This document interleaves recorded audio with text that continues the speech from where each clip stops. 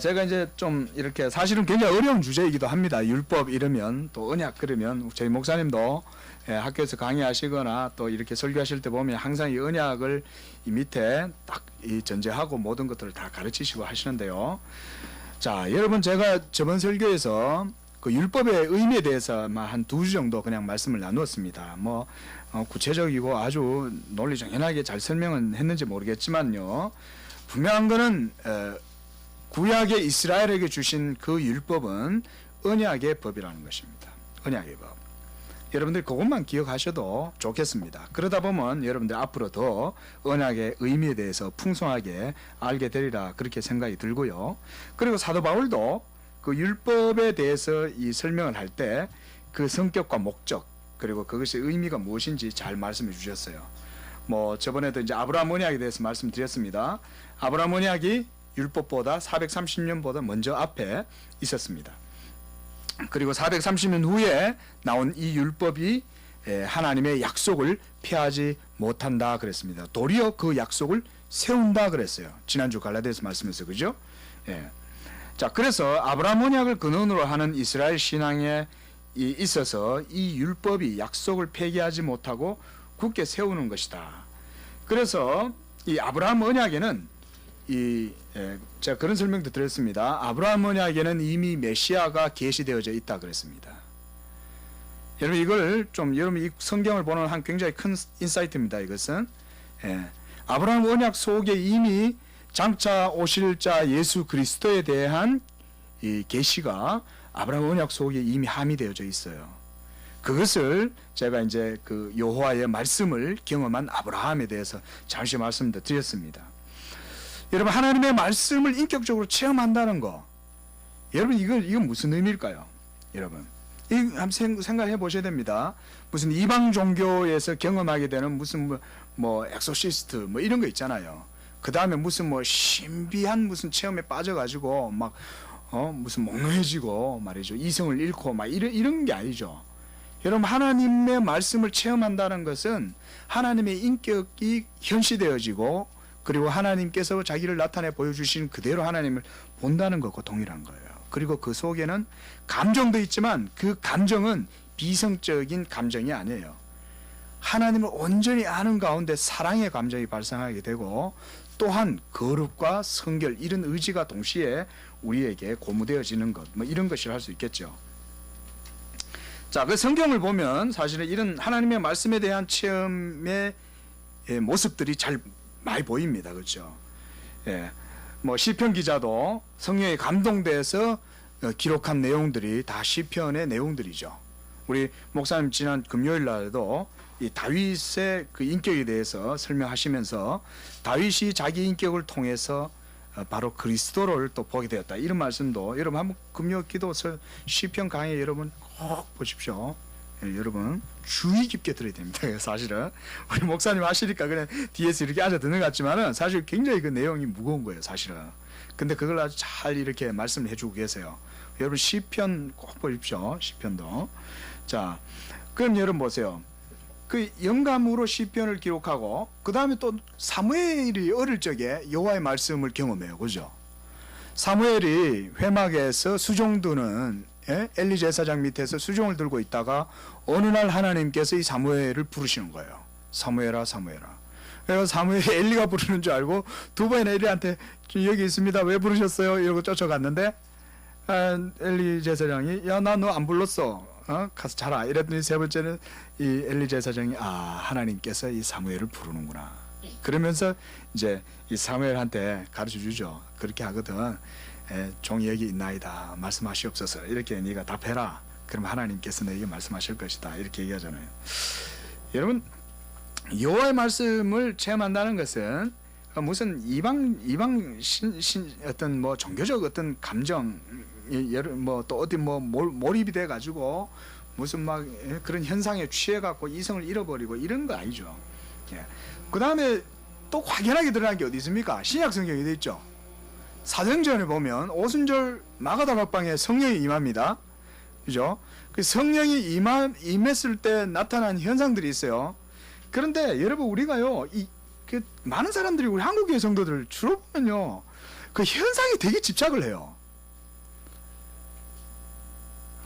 여러분 현상에 집착하지 마세요. 어느 경우라도 현상을 집착해 갖고는 빵꾸로 쓰레기 하나도 나올 거 없습니다.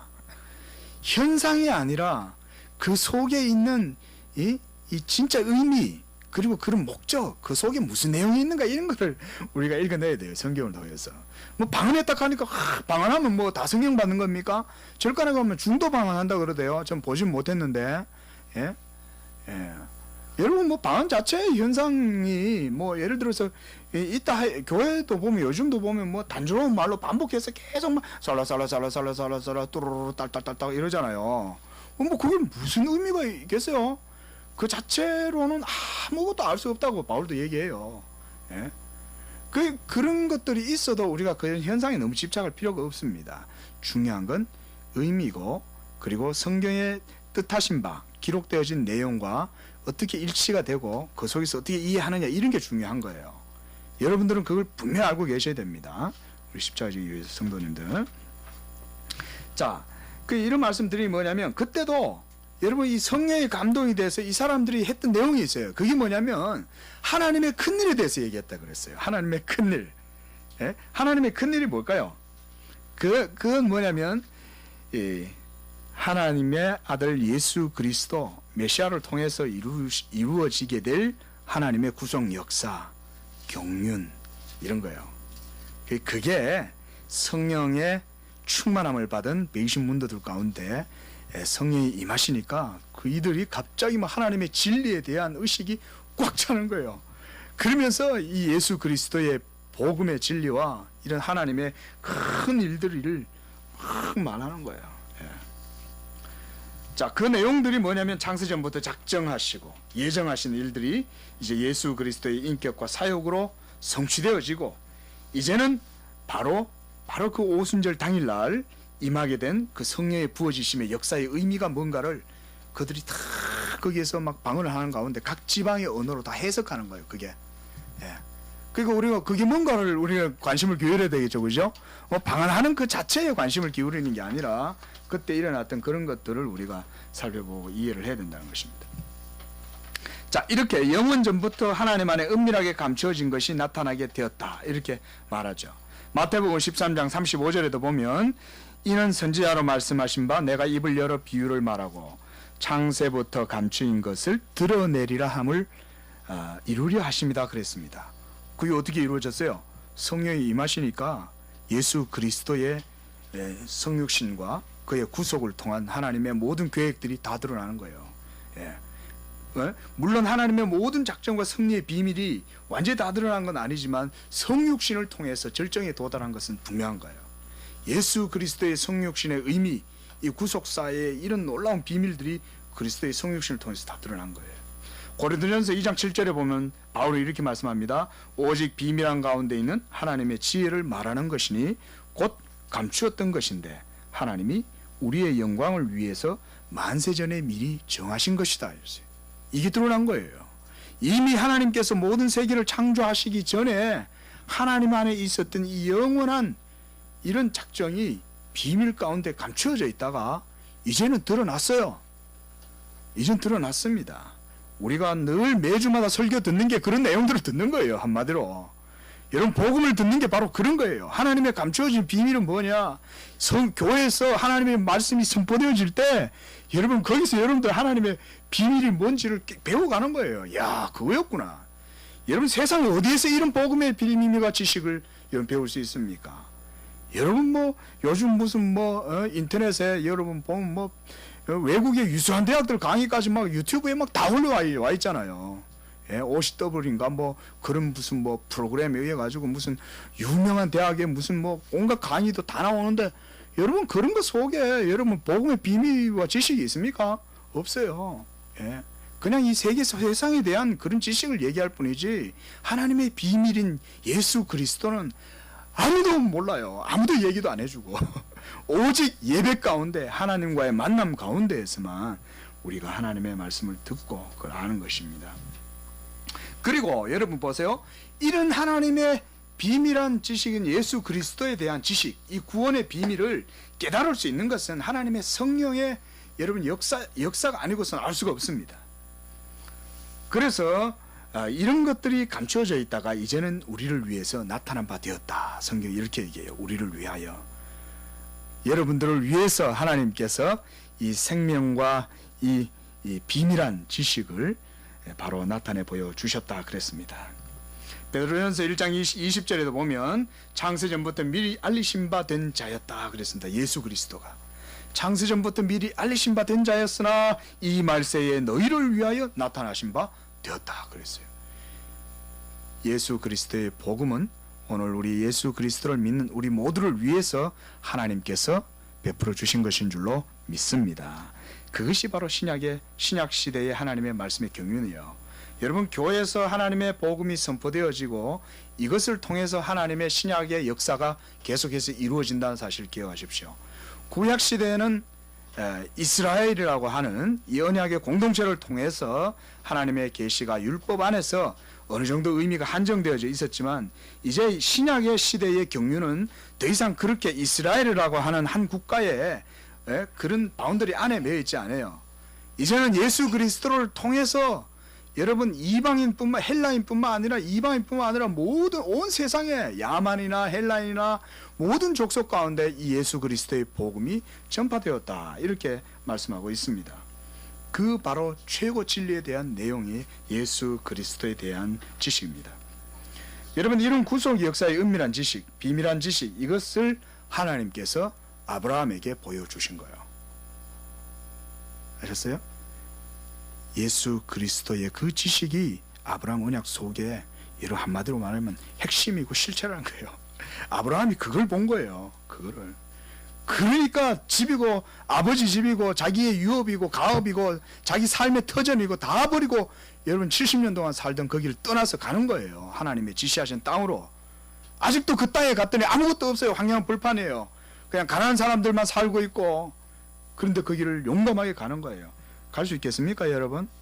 그것은 하나님의 말씀을 보지 않고서는 못 가요. 거기는요. 무슨 자, 여러분, 이렇게 제가 이제 언약에 대한 내용들을 좀 말씀을 드렸습니다.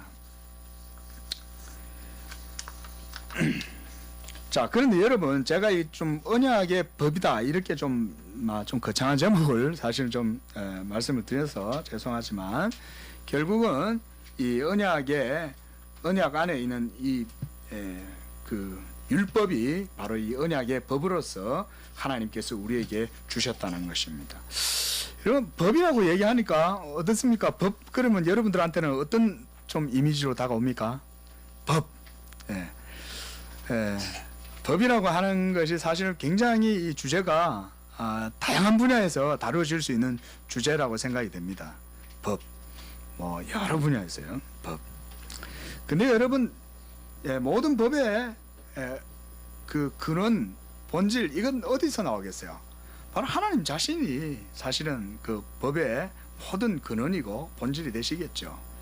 모든 세계를 창조하신 분도 하나님이시고 한데, 근데 여러분, 이 법이라고 하는 말만 딱 들으면 우리가 참 이게 오해스러워요. 사실은 법이라고 하는 단어가. 그 율법도 우리가 신앙생활 하면서 이 율법에 대한 의미도 사실은 좀 이해를 빨리, 그 율법에 대한 어떤 우리가 가지고 있는 율법에 대한 고정관념, 편견, 이런 것에서 우리가 복음을 깨달음으로써 그 율법에 대한 바른 의미를 깨닫는 게 굉장히 중요하죠. 제 자신도 어릴 적부터 장로교회에서 자라왔고요. 이 합동측에서 계속 자랐어요. 제가 태어났을 때는 합동측 이런 거 막 분열이 돼 가면서 이 통합측과의 그런 어떤 갈등 속에 막 있었고, 그런 성장 배경 속에서 자랐고요. 아직도 그런 거 가지고 있는 사람들 많이 있습니다. 그게 보이지 않게 아직도 있어요. 그런 게 사실은 좀 불편한 진실이긴 하지만. 근데 그 신앙생활하고 자라면서 사실은 율법에 대한 의미를 제 자신도 굉장히 많이 오해했습니다. 율법에 대해서. 그래서 제가 이제 신당 들어와서 우리 목사님 또 이렇게 또 그 율법에 대한 의미를 또 잘 설명해 주셔서 제가 또 거기서 많이 또 여러 가지 신학적인 또 깨달음도 많이 얻고 그랬는데요. 자, 여러분, 율법 그러면 먼저 그것은 하나님께서 우리를 사랑하시니까 주셨다, 이렇게 우리가 먼저 딱 생각을 하셔야 됩니다. 최초에 여러분 하나님께서 주신 법이 누구한테 주셨어요? 아담에게 여러분 하나님께서 그 법을 딱 주시잖아요, 그죠? 그런데 그 법을 주셨을 때 여러분 아담에게 짐을 지우거나 또는 그들로 하여금 그 법에 매여서 정말 그렇게 노예적인 그런 심정을 가지고 두려움 속에 살라고 주셨을까요? 그건 전혀 그 의도가 하나님의 의도는 그런 게 아니에요. 근데 우리는 법이라고 그러면 그렇게 딱 생각해버려요. 예. 근데 그런 것이 아니라는 것입니다. 뭐 쉽게 말하면 법 그러면 세상의 철학자들은 그 무슨 담론을 가지고 그것이 무슨 권력이다 뭐 이런 식으로 이해하지만 그런 것과 전혀 우리는 상관없는 겁니다. 예. 하나님의 법은 우리로 하여금 생명을 얻고 그리고 하나님의 의를 쫓아서 살아가게 하시는 말씀인 거예요. 그것이 하나님께서 우리에게 주신 법입니다. 자, 여러분, 바로 이렇게 하나님께서 처음에 아담과 언약을 딱 맺으시면서요, 그에게 이 계명을 딱 주시잖아요. 그런데 이 언약을 왜 맺으셨는가 좀 생각을 한번 했으면 좋겠어요. 언약 없이 그냥 아담으로 하여금 이 지구상에, 그죠, 하나님께서 지어놓은 이 진짜 천국 같은 그런 신라군 같은 그런 데다가 아담을 탁 창조해 놓으셨으면 그냥 그로 하여금 살게 하면 될 텐데, 왜 하나님은 이 아담을 불러서 아담에게 이 계약을 맺으시고 그것을 통해서 아담으로 하여금 살아가게 하셨을까? 이거를 사실 좀 생각을 해야 됩니다. 말씀을 통해서 그걸 깨달아야 돼요. 그런 것들을. 그리고 그것은 곧바로 예수 그리스도에게로 사실은 그대로 연결됩니다. 아담이 하나님의 계명을 어기고 범죄함으로 타락하고 그로 말미암아 멸망에 처하게 되었을 때에 그것은 그 자체로 그냥 끝나버리는 것이 아니라 아담은 오실 자의 표상으로서 또한 주어지게 되어 있는 거예요. 우리가 이런 것들을 오늘 본문 말씀 14절에도 그런 말씀하죠. 아담은 오실 자의 모형이다, 이랬습니다. 그 얘기는 뭐냐면요, 아담의 그런 그 아담과 맺은 그 언약에서 아담이 그것을 실패하고 불순종함으로 범죄하고 타락한 것은 하나님의 영원한 작정의 관점에서 볼 때는 이미 아담도 오실 자의 표상으로서 이미 거기에 있었다는 거예요. 그런 말씀을 사도 바울이 말씀해 주고 있습니다. 자, 기회가 되는 대로 제가 계속해서 좀 말씀을 이런 관점 속에서 여러분들에게 이 말씀들을 좀 나누어 드리려고 그럽니다. 자, 그럼 오늘 본문 말씀만 조금만 더 잠깐만 살펴보면 좋겠습니다. 자, 먼저 12절 말씀은 유명하죠. 이게 바로 원죄에 대한 표현이죠, 그죠? 여러분 한번 읽어볼까요? 시작.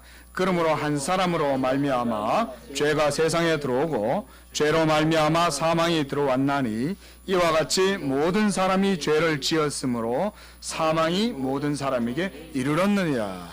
이게 바로 아담의 타락함을 통해서 그 안에 있는 모든 인류가 함께 타락했다는 말씀을 얘기하는 거예요. 원죄설에 대해서. 그리고 죄도 어디서부터 왔냐면 여기서부터 나오는 거예요. 아담의 그것으로 말미암아서 죄가 생겨났다고 말합니다. 그러니까 하나님께서 죄를 만드신 게 아니에요. 죄는 그 다음에 13절에도 보면 율법이 있기 전에 죄가 세상에 있었지만 율법이 없었을 때는 죄를 죄로 여기지 아니했다 이랬습니다. 그래서 율법이 대두되게 된 그 의미도 설명을 해주고 있습니다. 율법이 없으면 죄를 지어도 죄인 줄을 모르는 거예요. 죄는 죄인데 죄인 줄을 모르는 거예요, 여러분. 예? 그저 막 온갖 음란과 온갖 모든 간음과 도둑질과 살인과 미움과 막 이런 것 속에 뒤섞여 살아 있어도 그게 죄인 줄 모르는데 율법이 주어지게 됨으로 말미암아 얼마나 그것들이 비참한 형국에 빠져 있는가를 깨닫게 하는 게 율법이다 그랬습니다. 그런데 이 은사가 15절에 한 사람 예수 그리스도의 은혜로 말미암은 선물이 많은 사람에게 넘쳤다. 우리 모두에게 예수 그리스도의 이 은사가 넘친 줄로 믿습니다. 여러분, 사도 바울은 여기에서 한 가지 얘기해 주는 게 여러 개 있겠지만 그 중에 하나가 뭐냐면 언약의 대표성에 대해서 얘기합니다. 언약의 대표성 한번 따라해 볼까요? 언약의 대표성. 예, 여러분 이런 말도 좀 들어보시면 좋습니다. 아담 한 사람을 통해서 하나님께서 모든 피조물과 그리고 아담에게서 태어난 모든 인류에 대한 모든 축복이 여러분 이 아담의 언약을 통해서 대표적으로 다 이루어지는 거예요. 이게 언뜻 들으면 이해가 잘 안 되는 것 같지만 사실은 이 속에는 하나님의 놀라운 섭리와 그런 의미들이 사실 있습니다. 그런데 이것은 곧바로 누구에게 그대로 적용됩니까? 예수 그리스도 한 사람으로 말미암아 죄가 세상에 들어왔지만 이제는 한 사람 예수 그리스도로 말미암아 여러분 많은 사람들에게 이 하나님의 생명과 은사, 의의 생명이 여러분 그들에게 이제 넘치게 되었다는 거예요. 이 은사가 17절 말씀에 보면 한 사람의 범죄로 말미암아 사랑이 한 사람을 통해서 왕노릇하였으나 더욱 은혜와 의의 선물을 넘치게 받은 자들은 예수 그리스도를 통해서 생명 안에서 왕노릇한다. 이제 우리에게 있어서 언약의 대표자는 누굽니까? 예수 그리스도예요. 예수 그리스도는 이제 우리의 새 언약의 중보가 되시고 우리의 모든 믿는 자들의 대표가 되시는 거예요. 그래서 한 사람 순종하심으로 예수 그리스도의 순종을 통해서 우리 모든 이들이 예수 그리스도의 그 순종으로 말미암는 의를 우리가 얻게 되는 거다. 여러분 우리의 의는 예수 그리스도의 십자가에 의해서 우리가 그 의를 전가받는 겁니다. 예수 그리스도께서 율법의 마침과 이루심이 없다면 여러분들의 구원의 근거가 없어요. 예수 그리스도는 우리 구원의 마침이 되기 위해서 십자가에서 죽으신 것입니다. 자, 기회가 된 대로 살펴보도록 하겠습니다. 기도하겠습니다. 하나님 감사합니다. 우리에게 생명과 의를 주시기 위하여 예수 그리스도께서 또 그 율법을 쫓아 모든 일을 다 이루시고 또한 죽기까지 십자가에서 순종하심으로 이제는 그 예수 그리스도 안에서 많은 사람들이 이 의와 은사가 넘치게 되었다고 말씀해 주셨습니다. 하나님 아버지 우리에게 주신 이 예수 그리스도의 복음의 의를 우리가 말씀들을 통해서 더 깊이 알아가고 또한 율법의 의미와 목적도 알아가는 가운데 더욱 하나님을 향해서 나아가는 우리의 삶이 되게 하여 주옵소서. 예수님의 이름으로 기도합니다. 아멘.